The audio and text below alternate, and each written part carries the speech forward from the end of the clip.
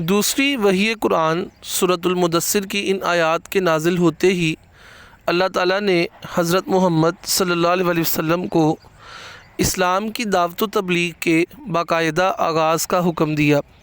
دعوت و تبلیغ کے پہلے دور میں عورتوں میں سب سے پہلے سیدہ خدیجہ الکبریٰ سلام اللہ علیہا نے، آزاد مردوں میں سب سے پہلے حضرت ابوبکر صدیق رضی اللہ تعالیٰ عنہ نے، لڑکوں میں سب سے پہلے حضرت علی رضی اللہ تعالیٰ عنہ نے، اور غلاموں میں سب سے پہلے حضرت زید بن حارثہ رضی اللہ تعالیٰ عنہ نے اسلام قبول کیا۔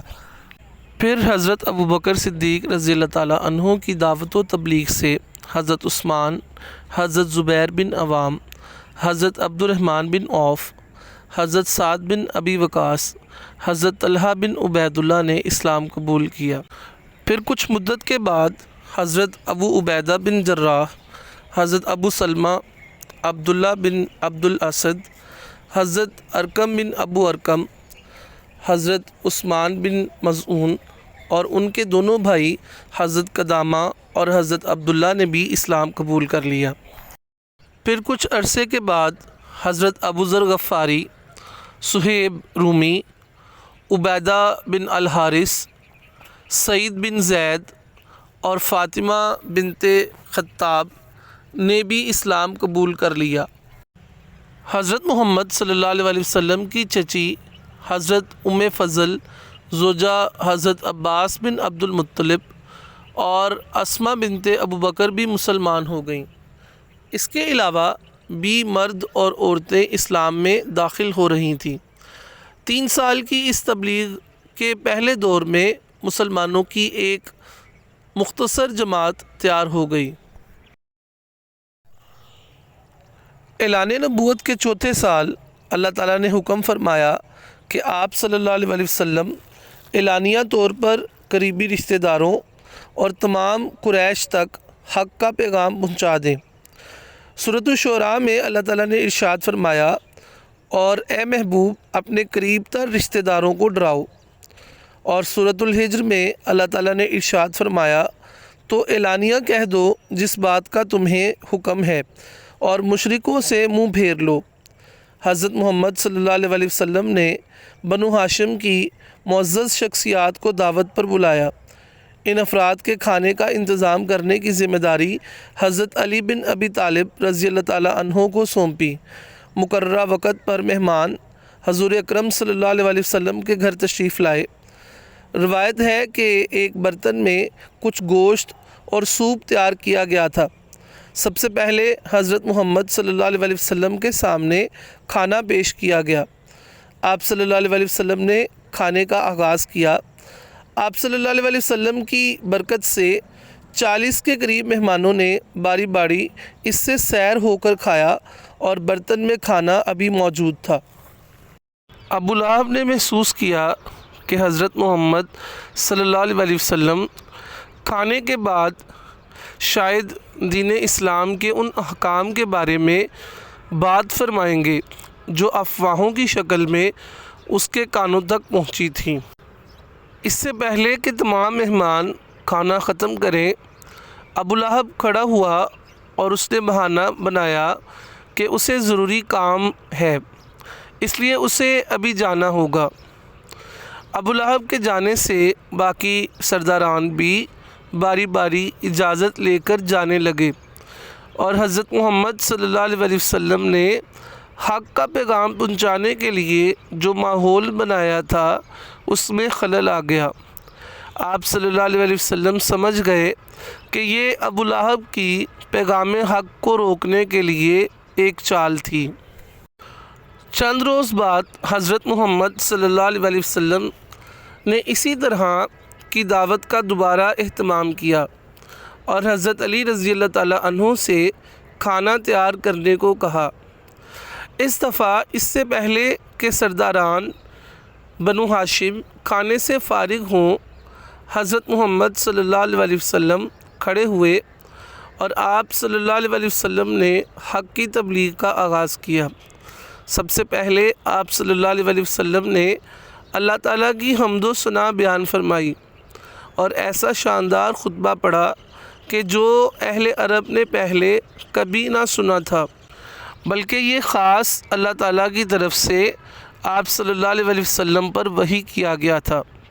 پھر آپ صلی اللہ علیہ وسلم نے فرمایا، اے بنو ہاشم، میں کسی ایسے عرب کو نہیں جانتا جو مجھ سے پہلے کوئی ایسا پیغام لے کر آیا ہو جو پیغام حق میں اللہ تعالیٰ کی طرف سے لے کر آیا ہوں۔ میں ایسی دعوت الہی لے کر آیا ہوں جو تمہیں دنیا اور آخرت میں نفع دے گی۔ میں اللہ تعالیٰ کی طرف سے پیغمبر بنا کر تمہاری طرف بھیجا گیا ہوں۔ اگر تم بتوں کی پوجا چھوڑ دیتے ہو اور اللہ تعالیٰ کی عبادت میں مشغول ہو جاتے ہو تو اللہ تعالیٰ تمہیں دنیا اور آخرت کی ہر بھلائی عطا فرمائے گا اور تمہیں جنت میں داخل فرمائے گا۔ حضرت محمد صلی اللہ علیہ وسلم نے مؤثر انداز میں حق کا پیغام بنو ہاشم کے سرداران تک پہنچایا۔ یہ پہلا موقع تھا جب پیغام حق براہ راست سرداران قریش تک پہنچایا گیا تھا۔ جب ابو لہب نے سنا کہ سرداران بنو ہاشم کو بتوں کی پوجا کو ترک کر کے ایک اللہ کی عبادت کرنے کے لیے کہا جا رہا ہے تو اس بات سے وہ الجھن میں آ گیا۔ اس نے سرداران بنو ہاشم سے کہا کہ یہ غیر ضروری پیغام ہے، ہمارے پاس اپنے آباء و اجداد کے بتوں کی پوجا کرنے اور دیگر روایات کے طریقے موجود ہیں، ہم بھلا کیوں کر اس نوجوان کے کہنے پر بتوں کی پوجا کو ترک کریں گے۔ سرداران بنو ہاشم میں سے صرف ابو لہب تھا جس نے پیغام حق کی یوں مخالفت کی، باقی سرداران خاموش بیٹھے تھے۔ روایت کے مطابق جب تمام سرداران بنو ہاشم خاموش تھے تو حضرت علی کرم اللہ وجہہ الکریم اپنی جگہ پر کھڑے ہو گئے اور کہنے لگے، یا رسول اللہ، میں آپ کی مدد کروں گا۔ حضرت علی رضی اللہ تعالی عنہ نے سرداران بنو ہاشم کے سامنے بلا خوف بہادری سے اپنے ایمان کا اظہار کیا اور پوری زندگی حضرت علی رضی اللہ تعالی عنہ اسی جرأت کے ساتھ ہر محاذ پر حضرت محمد صلی اللہ علیہ وسلم کی خدمت میں پیش رہے۔ بنو ہاشم تک حق کا پیغام پہنچ چکا تھا، اب تمام اہل مکہ تک اس پیغام کو عام کیا جانا تھا۔ اس کے لیے حضرت محمد صلی اللہ علیہ وسلم نے صفا پہاڑی کا انتخاب کیا، کیونکہ صفا پہاڑ خانہ کعبہ کے قریب ترین اور نسبتاً زیادہ بلندی والا پہاڑ تھا۔ آپ صلی اللہ علیہ وسلم نے پیغام حق کا اعلان کرنے کے لیے صفا پہاڑی کی چوٹی پر کھڑے ہو کر اہل مکہ کو پکارا۔ اہل مکہ نے حضرت محمد صلی اللہ علیہ وسلم کی آواز کو سنا تو اپنے کام کاج چھوڑ کر سب صفا کی چوٹی کے سامنے جمع ہو گئے۔ تو حضرت محمد صلی اللہ علیہ وسلم نے فرمایا، اگر میں تمہیں کہوں کہ اس پہاڑی کے دوسری طرف ایک فوج ہے جو تم پر حملہ کرنے والی ہے تو کیا تم بات کا یقین کر لو گے؟ اہل مکہ نے کہا، ہم آپ کی بات کا یقین کریں گے، کیونکہ ہم نے ہمیشہ آپ کی زبان سے سچ ہی سنا ہے، آپ صادق ہیں، آپ امین ہیں۔ آپ صلی اللہ علیہ وسلم نے فرمایا، پھر جان لو کہ میں تمہارے پاس حق کا پیغام لے کر آیا ہوں، بتوں کی پوجا چھوڑ دو اور ایک اللہ تعالیٰ کی عبادت کی طرف مائل ہو جاؤ۔ آپ صلی اللہ علیہ وسلم نے قریش کے قبائل کے نام لے کر فرمایا کہ وہ بتوں کی پوجا سے باز آ جائیں، خود کو اللہ کی مخالفت سے باز کر لیں، وگرنہ میں تمہیں جہنم کی آگ سے نہیں بچا پاؤں گا۔ جب آپ صلی اللہ علیہ وسلم اپنی بات مکمل کر چکے تو ابو لہب کھڑا ہوا اور کہنے لگا کہ آپ صلی اللہ علیہ وسلم نے اس کے لیے ہمیں جمع کیا ہے۔ جب آپ صلی اللہ علیہ وسلم نے حق کا پیغام اہل مکہ کو سنایا اور بت پرستی کی علانیہ مذمت کی تو بتوں سے عقیدت رکھنے والے آپ صلی اللہ علیہ وسلم کی مخالفت میں اٹھ کھڑے ہوئے۔ سرداران قریش جن میں عتبہ، شیبہ، ربیعہ بن عبد شمس، ابو سفیان، ابو جہل، ولید بن مغیرہ، عاص بن وائل، اسود بن مطلب وغیرہ آپ کی شدید مخالفت کرنے لگے۔ یہ تمام سرداران قریش جناب ابو طالب کے پاس آئے اور کہنے لگے کہ آپ کا بھتیجا ہمارے معبودوں کو برا کہتا ہے اور ہمارے آباء و اجداد کو گمراہ بتاتا ہے اور ہمیں احمق ٹھہراتا ہے۔ آپ انہیں ایسا کرنے سے منع فرمائیں یا ہمیں براہ راست ان سے اس معاملے میں نمٹنے کی اجازت دیں۔ جناب ابو طالب نے سرداران قریش کو نرمی سے سمجھا کر رخصت کر دیا۔ آپ صلی اللہ علیہ وسلم نے پیغام حق کی تبلیغ کا سلسلہ جاری رکھا، مگر قریش بتوں کی پوجا کو چھوڑ کر ایک خدا کی عبادت کرنے کی بجائے آپ صلی اللہ علیہ وسلم کی جان کے دشمن ہو گئے اور ایک دوسرے کو آپ صلی اللہ علیہ وسلم سے لڑنے پر ابھارنے لگے۔